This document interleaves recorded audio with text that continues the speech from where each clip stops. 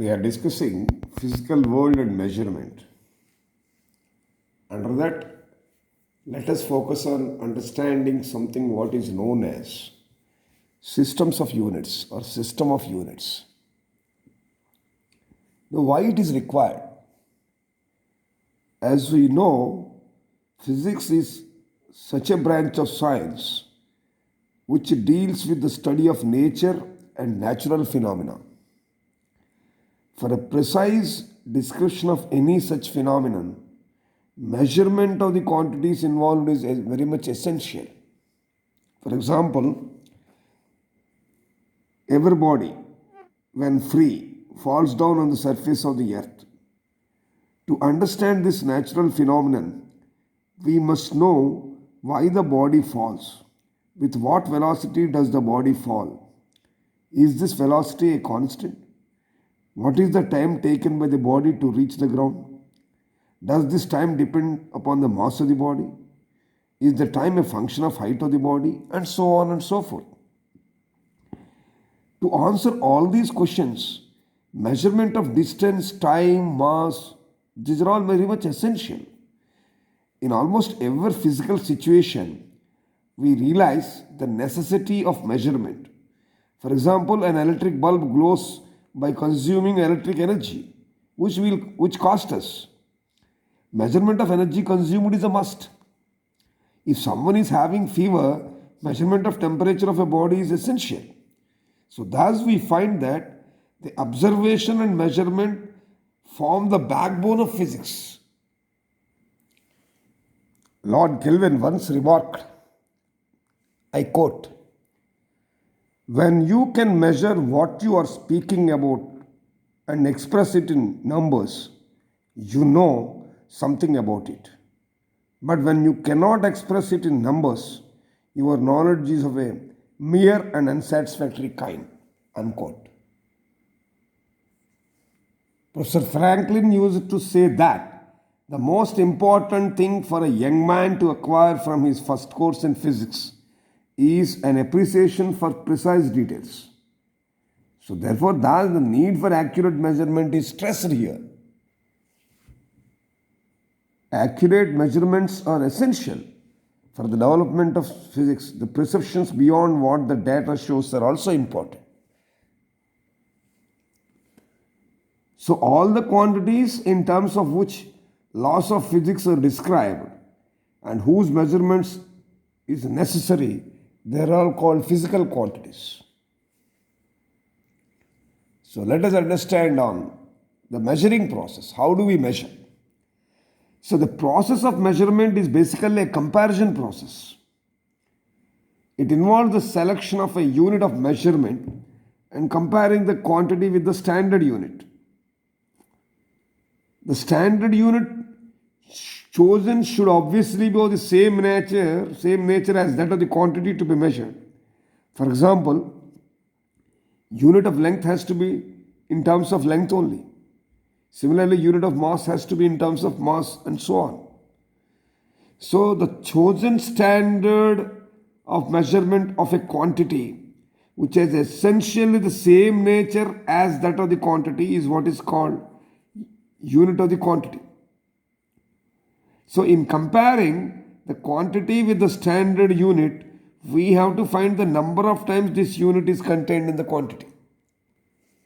So for example, suppose we have to measure the length of the line AB and we select meter as the unit of measurement. We place the meter rod successively along AB and find that it is contained 3 times in AB. So thus 3 is the numerical value of the length AB. When meter is the unit of measurement, then we write AB equal to 3 meter. This is the numerical value, this is the unit. So it should be clearly understood that both the parts of the statement are important. That is the numerical value as well as unit. Both have to be mentioned. AB equal to 3, suppose if you write, it is a vague statement. And simply if you write AB equal to meter, it is also equally vague statement. So in general, We'll write like this. In general, the magnitude of a quantity Q, let us say, is nothing but product of numerical value and its size of its unit. So you will write like this, Q equal to Nu. And also we know that magnitude of a quantity remains the same, whatever may be the units of its measurement. So we may also write Q equal to Nu as, let us say, Q equal to N1 U1 equal to N2 U2. Here U1 and U2 are the two units of measurement for the same quantity, and N1 and N2 are their respective numerical values. Suppose if U1 is greater than U2, then N1 is less than N2. That is, a bigger unit is contained a smaller number of times in the quantity, and vice versa. For example, AB equal to 3 meter, you can write as 300 centimeters. So the bigger unit, that is the meter, is contained 3 times in AB, and the smaller unit, centimeter, is contained in 300 times in AB. Okay. Now let us understand the concepts of mass, length and time for a brief understanding. Let us look at concept of mass. The mass of a body is nothing but quantity of matter in the body, which can never be zero. So the mass of a body is not affected by the presence of other bodies or by the changes in location of the body. Usually we define two types of masses of body. One is inertial mass, another is gravitational mass. The inertial mass of a body is a measure of inertia of the body, and the gravitational mass of a body is the measure of gravitational pull of the earth on the body. So the values of the two types of mass of body are identical.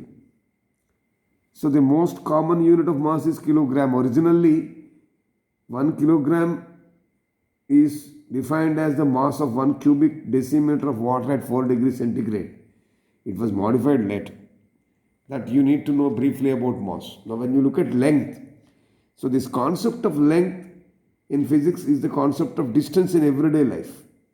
Length of an object may be defined as the distance of separation between any 2 points at the extreme ends of the object. The most common unit of length is meter. Originally, 1 meter was defined as 1 millionth of a distance, 1/10 millionth of a distance from the North Pole to the equator of the earth. Of course, it's not convenient to define for practical use like that.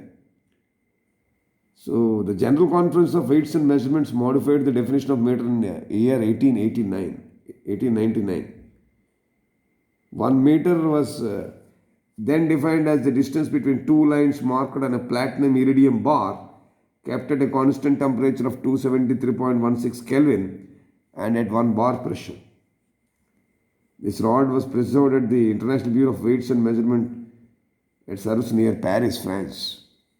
So, of course, in the year 1960, even this definition of meter was also modified. Now, when you look at the concept of time, it is very old. The idea of passage of time occurred first from the motion of moon across the sky, then from the formation of day and night, and as a result of rotation of earth around its axis, and so on. Today, everybody is familiar with what time is, but it is very difficult to define time precisely. So, according to Einstein, time is what a clock reads. In fact, any phenomenon that repeats itself regularly can serve as a measure of time. Human heart, which beats regularly, is an inbuilt clock in every human being. Rotation of earth around an axis, revolution of earth around the sun. There are some examples of repetitive phenomena which serve as a measure of time. So the most common unit of time is second, what we are saying. Originally 1 second was defined as time taken by a simple pendulum of length 1 meter in going from one extreme position to the other extreme position. Later on, this definition was modified and one second represented as 1 mean solar second. This is what basically we need to understand briefly about the fundamental components mass, length and time. Because the number of physical quantities to be measured is very large, it's not feasible to define a separate unit for each quantity. To simplify the things, we make use of the relation between different physical quantities. Generally, in mechanics, we treat length, mass, and time as three basic or fundamental quantities. There are so many reasons for this, like they represent our basic scientific notations. There is no other quantity which is simpler to them. Length, mass, and time cannot be obtained from one another. That means they are absolutely independent. All other physical quantities and mechanics can be obtained from them. So the units, so therefore you can call them as basic or fundamental quantities. Those physical quantities which does not depend on others for their existence, they are called fundamental or basic quantities like length, mass, time. On the contrary, the physical quantities which depend on fundamental quantities for their existence, they are termed as derived. For example, length, if you take length, does not depend on anybody. So therefore it is fundamental. But if you take area, area can be treated as length into breadth or length into length. That means area is depending on length. Therefore area is a derived quantity. Same is the case with volume. Volume depends on length, breadth and height. Nothing but length, length, length. Therefore, volume is a derived quantity. Length is a fundamental quantity, volume is a derived quantity. Similarly, mass. Mass does not depend on anybody. It's an independent quantity. Whereas if you take weight, weight is equal to mass into gravity. Therefore, weight is a derived quantity. So, the units that are required or that are used for measuring fundamental quantities are called fundamental units. The units generally used for derived quantities are called derived units. So if you take physical quantities like density, density depends on mass by volume, mass and volume, work or energy. That depends on force, power, energy. These are all depending on these fundamental quantities. Therefore, these are all derived quantities. So therefore, the units of all these fundamental quantities are called fundamental units. So the units of measurement of all other dependent quantities which can be obtained from fundamental, they are all called derived units. So the units of physical quantities like density, momentum, acceleration, force, work, power, energy, etc., they can be expressed in terms of fundamental units of length, mass and time. So therefore they are called derived units. The unit you are choosing for measuring any physical quantity should meet certain conditions like it should be of suitable size, it should be accurately defined, it should be easily accessible, it should be easily reproducible, it should not change with time, it should not change with changing physical conditions like temperature and pressure. So these are the conditions on which proper unit is chosen. So who will decide the unit? Because the first essential thing about choice of a standard unit is for a physical quantity is international acceptance. If everyone were to choose his or her own unit for the quantity, it will become mess to communicate freely among the scientists distributed all over the world. So therefore, a body named called General Conference on Weights and Measurements was set up and given the authority to decide the units by international agreement. It holds meetings and any changes in standard units are communicated through publications of the conference. Now based on that, system of units were created.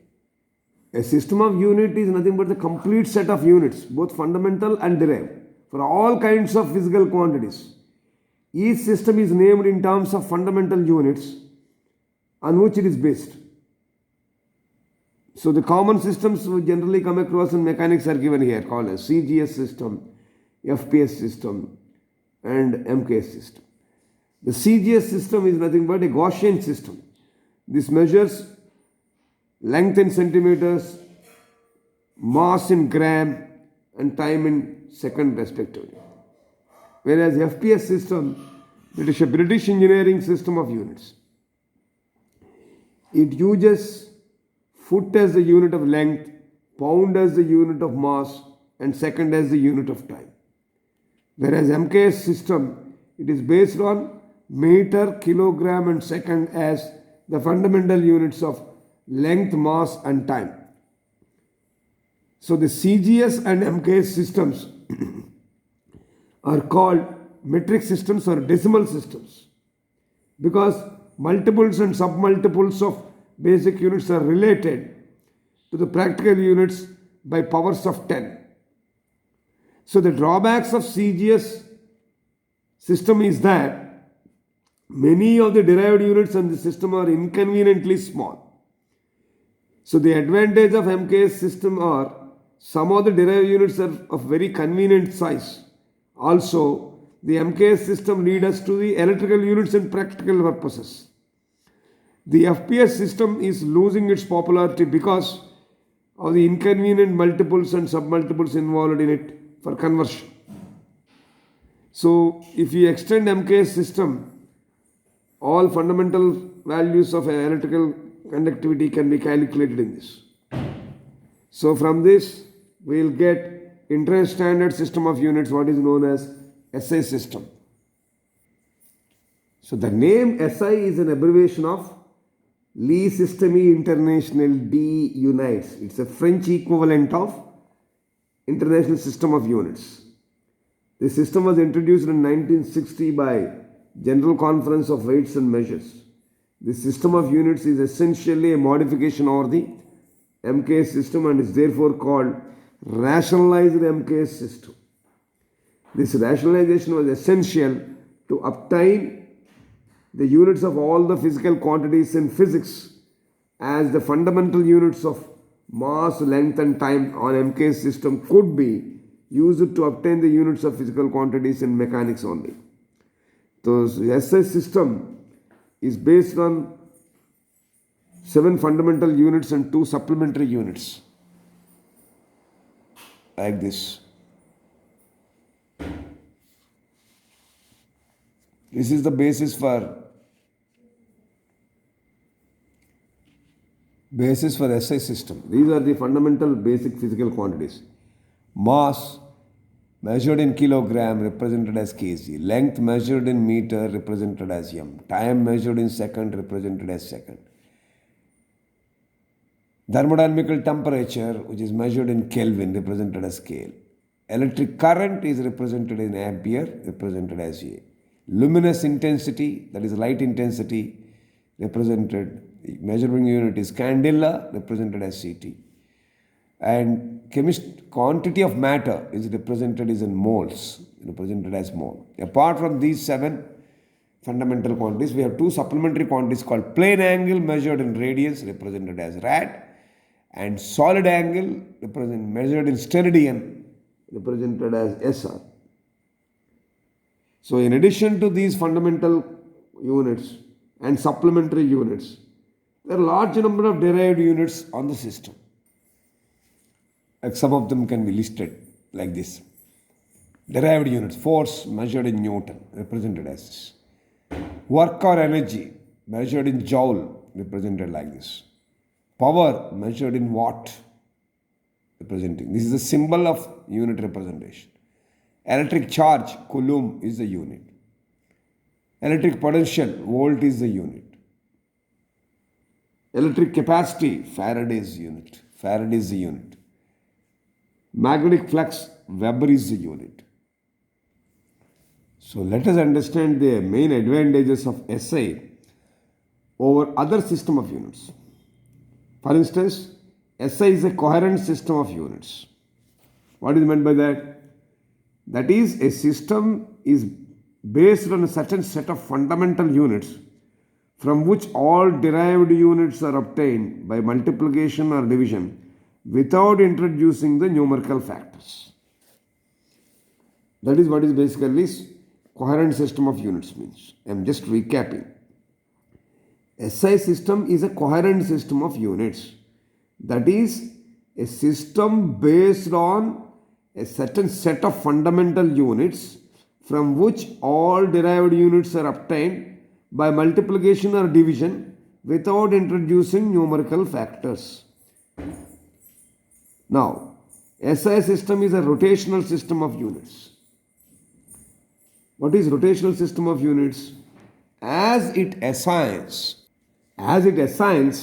only one unit to a particular physical quantity. For example, joule is a unit for all types of energy. This is not so in other system of units. For example, in MK system, mechanical energy is in joule, heat energy is in calorie, electrical energy is in watt hour. So therefore, SI, when we say a rational system, means it will assign only one unit to a particular physical quantity. Similarly, SI is absolute system of units. That means there are no gravitational units on the system. The use of the fact that letter G is thus eliminated. SI system is a metric system, that is, multiples and submultiples of units are expressed as powers of 10. For example, in current electricity, the absolute units on SI like ampere for current, volt for potential difference, ohm for resistance, Henry for inductance, farad for capacitance, and so on. They happen to be practical units for measurement of these quantities. In India, the responsibility of maintenance of physical standards of length, mass, and time and other physical quantities has been given to the National Physical Laboratory, New Delhi. Now, let us understand some of the practical units of these units with respect to measurements. Like, for instance, in the macrocosm measurements, that is, in the measurement of very large distances, we use something called astronomical unit. What is this astronomical unit? It is the average distance of the center of the sun from the center of the earth. So, one astronomical unit is termed as 1.496 into 10 power 11 meters. It is approximately equal to 1.5 into 10 power 11 meters. Similarly, we come across a term called light year, represented as Ly. Light year is another important unit of long distances. So, one light year is the distance travelled by the light in vacuum in 1 year.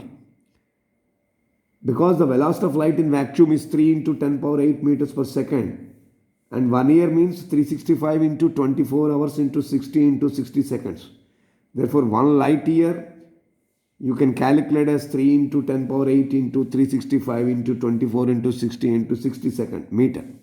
So therefore, for this, if you simplify, it comes to around 9.46 into 10 power 15 meters. So similarly, there is yet another unit of long distances named as parsecond. It represents the parabolic second.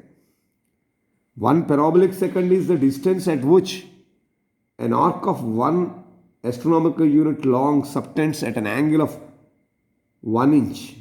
So it is calculated as 3.1 into 10 power 16 meters. So from these three, it is very clear that 1 parsecond is bigger than 1 light year, which is bigger than 1 astronomical unit. So it may be of very much interest to note that size of the universe is nearly 10 power 10 light years. The nearest star, for example, Alpha Centauri, outside the solar system, is nearly 4.3 light years away from the Earth. So there are some other useful units of length like 1 inch.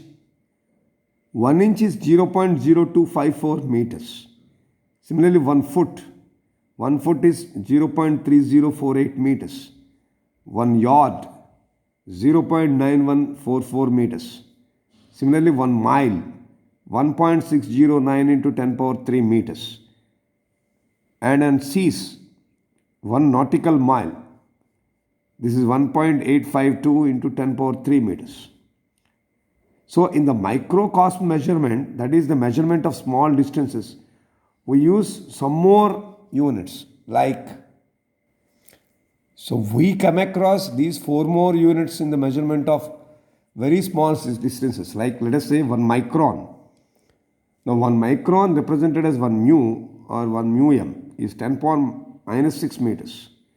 1 nanometer is 1 nm, it is 10 power minus 9 meters. Similarly, 1 angstrom represented like this is 10 power minus 10 meters. Similarly, 1 Fermi, it's also called 1 femtometer. 1 FM, it is 10 power minus 15 meters. For example, the radius of proton is 1.2 fm and the radius of hydrogen atom is 0.5 angstrom units. So these are some basic units we use. And if you want to measure some more very small areas, then the unit we use is 1 barn. 1 barn is nothing but 10 power minus 28 meters square. Now this is generally used for measuring nuclear cross sections. Nuclear cross sections are measured in barns. And also, apart from this, for measuring very large areas, these units are not enough. For measuring large areas, we use 1 acre. 1 acre is nothing but 4047 meters square. Similarly, 1 hectare. 1 hectare is 10 power 4 meters square. This is for measuring large areas. Suppose if we want to measure heavy masses. So for measuring heavy masses, we use these type of units. Like for example, 1 ton. 1 ton or 1 metric ton is nothing but 1000 kg. So 1 quintal, 100 kg. 1 slug, nearly 15 kg or 14.57 kg. 1 pound. 1 pound is 0.4536 kg. So the largest practical unit of mass is what is named as Chandrasekhar limit, represented as CSL. Chandrasekhar's limit. The largest practical unit of mass is Chandrasekhar limit. So 1 Chandrasekhar limit is 1.4 times the mass of the sun. This is the largest practical unit. Similarly, for measuring very small masses, we use atomic mass unit for measuring very small masses. 1 atomic mass unit is represented as 1 AMU, which is nothing but 1 U. It is 1.66 into 10 power minus 27 kg. So the atomic as well as nuclear masses are measured in this unit. So apart from this, so let us look at some of the practical units of standard of time. Something called solar day. Solar day is nothing but the time taken by the earth to complete one rotation about its axis with respect to the sun. Next, sidereal day. Sidereal day, it is the time taken by the earth to complete one rotation about its axis with respect to a fixed star. With respect to sun, it is solar day. With respect to a star, it is sidereal day. Similarly, solar year or year, it is the time taken by the earth to complete one revolution around the sun in its orbit. So 1 solar year is nothing but 365.25, 1 by 4, 365.25 average solar days. That means 366.25 sidereal days. Now here we have to remember the year in which there is a total solar eclipse is what is known as tropical year. The year which is divisible by 4 we know, and in which month of February it has 29 days, it is a leap year. Of course 100 years make up 1 century, that's it. There is something called lunar month. Lunar month is nothing but the time taken by the moon to complete one revolution around the earth in its orbit. It comes to around 27.3 days. And there is something called shake. 1 shake equal to 10 power minus 8 second. That is the smallest practical unit of time. Similarly, for measuring pressure at a situation, the units of pressure can be something like bar. It's a barometric pressure, therefore it is called 1 bar. 1 bar is equal to 1 atmospheric pressure. It is 10 power 5 Newton per meter square. That means 1 bar equal to 1 atmospheric pressure. This is nothing but 10 power 5 Pascal. Pascal is represented as PA. So smaller unit, if you take it, it becomes 1 millibar. It is 100 Pascal, 10 square Pascal. And when you talk about millimeters, there is another unit that comes into picture, what is known as 1 torr. 1 torr is nothing but 1 millimeter of mercury column. And because one atmospheric pressure equal to 760 millimeters of mercury, we can say 1 bar equal to 760 torr. So these are some units of measuring pressures. So if you summarize this session, in this session we tried to understand the need for measurement and also how we can take up the measuring process, and we tried to understand the concept briefly about the concept of mass, concept of length, concept of time.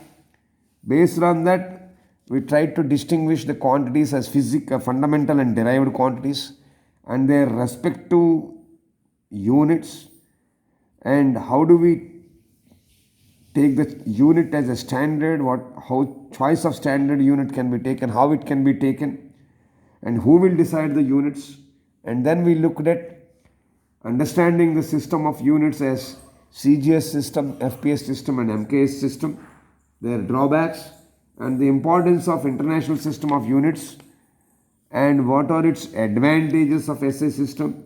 And then we looked at understanding some of the important practical units for something like astronomical unit and light year, and then something called parsec, parabolic second, and then we looked at another important units of length like inch, foot, yard, mile, nautical mile, and in microcosmic measurements for a smaller distance we looked at what is called 1 micron, 1 nanometer, 1 angstrom, 1 Fermi. Similarly, for measuring large areas, small areas we looked at 1 bar, and for large areas we looked at acre and hectare. For measuring heavy masses we looked at ton or metric ton, 1 quintal, 1 slug, 1 pound, and also Chandrasekhar limit for measuring largest practical unit of mass, and also for very small measurement of mass we looked at 1 atomic mass unit. And then we looked at time units as solar day, sidereal day, solar year, lunar month and shake. And then finally we looked at pressure units as 1 bar, 1 millibar, 1 torr. So these are the things we have discussed today in this session.